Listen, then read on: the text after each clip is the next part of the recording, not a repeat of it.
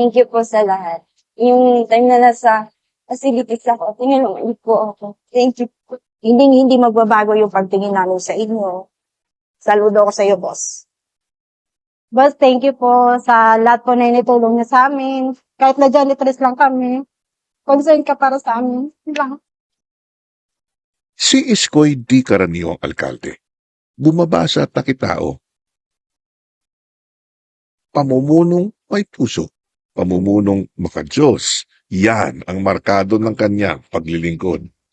Lahat ng viewers ng Rochelle Antigna vlog, please do subscribe and thank you for all your support. Toitso, ingat.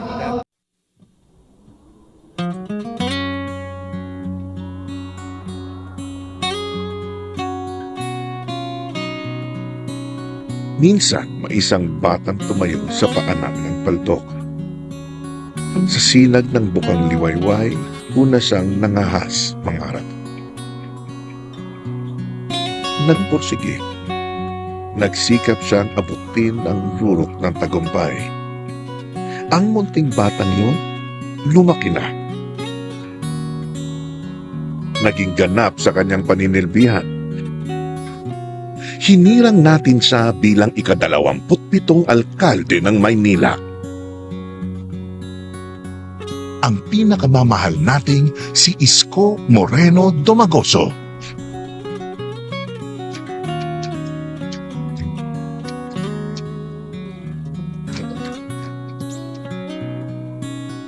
Di po niya kami tinuturing na iba. Pagdating niya, dahil minsan tinatanong kami na, kumain na ba kayo? Sabi namin, po sir, kumain na po. Ba't yan lang kinakain mo? Kainin niyo ko nung mayroon dyan. Yung sasabi niya. Sabi, thank you po, boss. Minsan, magugulat ako, lalabas siya sa office, may dalang tinapay. Inabot ko sa amin. May katarata kasi yung nanay ko. Yun, kaya humingi po ako ng tulong kung saan po pwede magpa-opera nanay ko kasi wala po kami sapat na budget para po operahan yung nanay ko sa katarata. Kaya humingi po ako ng tulong kay Mayor Isko. Na-assistan naman po ako hanggang sa gumaling na po yung nanay ko, okay na po siya ngayon. Si Yorme po is sobrang bait po talaga, napaka down to earth. So hindi po man namin siya nakakausap ng personal. Yun nga lang po talaga na starstruck po kami sa kanya. So kumbaga parang nawawala po yung mapapasabi mo, oh my, sabi ko si boss lumabas. Nagpagbibiro naman po si boss, minsan nga po napapasayo pa siya. Alam niyo naman yung yung dying inside, ganoon po. Nai-starstruck po kay boss. Hanggang ngayon, pag nakikita ko po siya, natutulala po. Nagka-COVID po ako. Sa Valenzuela po kasi ako doon na, sa facilities.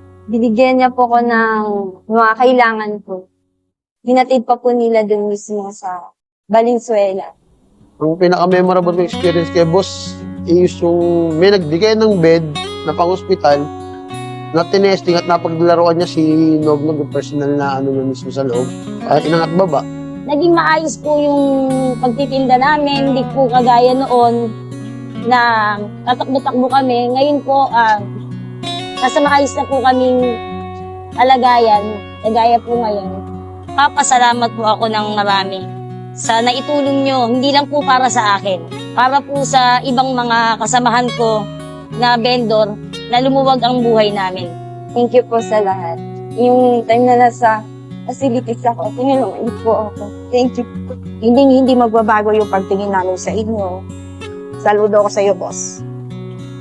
Boss, thank you po sa lahat po na initulong niyo sa amin. Kahit na janitress lang kami, concern ka para sa amin. Yun lang.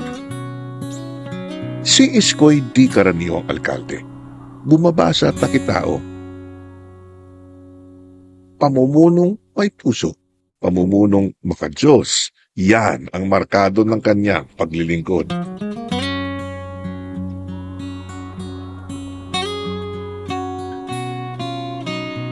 Inakap niya ang matatanda't may sakit sa kanyang bisig. Ito ang napakalaking ginhawa sa katulad kong senior na ako, wala naman tayong trabaho, mahal magpa-dialysis. Nabigyan ng pagkakataon ni Yorme na kami ay alagaan. Siya ay 10 steps ahead of everybody. Pagkaalam niya na merong COVID, kami ay nagkaroon ng meeting mula sa kanya para maging maayos ang ating sagot para dito o response natin dito sa COVID. Bukod sa gamot, bukod sa paggawa o pag-atas ng isang lugar para sa mga COVID pasyente, si ating mahal na mayor ay also nagtayo ng isang diagnostic center, yung molecular laboratory, kasi hindi lamang yung serbisyo para sa ating pasyente ang importante. Yung pag-diagnose ng COVID is also important. Pag narinig ko po ang pangalang Yorme, isa lang po yung tumatatak talaga sa isipan ko. Siya po yung man of the universe. Kasi po, siya po talaga yung nakagawa ng lahat ng mga bagay na imposibleng mangyari. Pero pinatunayan po niya sa short span of time, nagawa niya lahat ang mga imposible. Wala po siya po yung mayor na hindi nagtanong kung taga Manila ba siya. Ang sa kanya, tanggapin nyo. Pag nangangailangan ng tulong, tanggapin nyo sa Manila. Na-stroke ako noong December 2020. So as of now, ito, under therapy ako ng Santa Ana Hospital of Physical Therapy and Robotic. Kompleto facilities nila, kaya dito ako nagpa-therapy. At maganda sa kanya, open ang Santa Ana. Hindi katulad sa ibang lugar. Even though ako, taga-Pasay ako. Okay na okay dito sa Manila Lahat andito Bago po ako mag-rehab, nakahiga lang po ako. Ngayon po, pinapalakas po nung rehab yung pa ako po para makalakad ako ulit. Ngayon po, medyo nakakalakad na po ako. Tsaka lumakas na rin po yung pa ako. Una po, kahit na po libre, magagaling po yung mga doktor, yung mga therapist po, at saka yung mga equipments po dito magaganda, at saka malinis. Nakatatak na sa puso namin, mga batang Maynila, na talagang bilis kilos ang ginagawa niya. Tatanungin ko ng malaking utang na loob sa inyo to, Mayor Isko Moreno. Hanggat ako'y mabubuhay. Maraming salamat po sa mga proyekto pong iniwan niyo po dito sa Manila. Malaking tulong po sa amin po. Hindi ko po ina-expect na makaka-recover po ako sa loob ng 3 months din po. Inalalayan niya ang kabataan na makamit ang kanilang mga pangarap.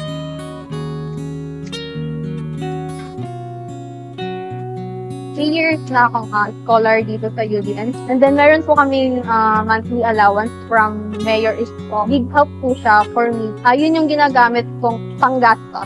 Para sa akin yung benefits ng scholar na yun, nakatulong ako sa pamilya ko for providing. Nagmo-motivate yun sa amin para mag-strive ng sobrang pursigin sa pag-aaral at makatapos. Isinilong niya ang walang bubong, naging pundasyon para sa marangal na pamumuhay. Noong 2020 po ng pagkasunog, ay sobrang lungkot po namin na yun, nagkasunog po kami ng taon na yun. Nawala po sa amin ang lahat. Masaya po kaming pamilya dahil sa nakuha po sa unang batch ang asawa ko. Napili po siya na na-award. Maginhawa na po ang aming pagkilos. Nagulat po ako nung pagbigay sa akin ng box. Na-award sa akin itong model house ni Yorme. So dati ang natirahan ko, ginagapangan po kami ng daga. Sabi ni Yorme sa akin, nanay, alagaan mo to kasi sa'yo na po to. Yun po, nakakaiyak ako, yakap ako ni Yorme sa taas. Anak ko, nagpapasalamat po ako sa kanya. Talaga, malaking salamat. Ang dami niyang natulungan mga mahirap, katulad sa akin na isang mahirap sa Sudo Parents, para ang buhay ko siyang nakahaon sa kahirapan. Marami pong pasalamat pa. Malaking pagpasalamat kay Yorme na nabigyan mo po ako ng magandang natirahan. Kasama ko po mga anak ko. Wala na pong pabahay siguro na ganito. Saka maraming salamat po, Yorme. Na isa po akong nabiyayaan mo sa pabahay mo sa model house.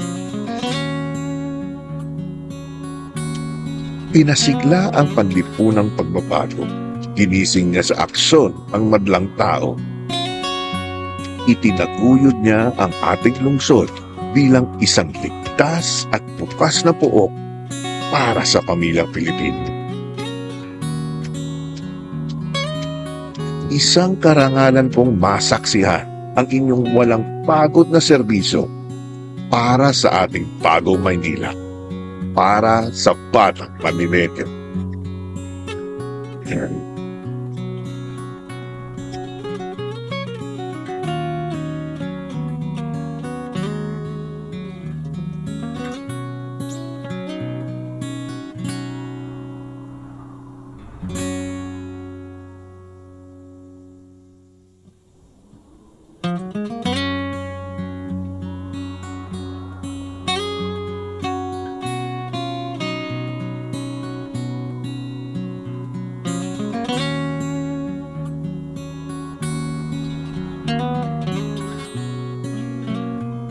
mula sa puso ng bawat Manilenyo. Salamat. Maraming salamat. Salamat po, Mayor. Salamat po. Salamat. Salamat, Yorme. Maraming salamat, Mayor Isko Moreno Domagoso.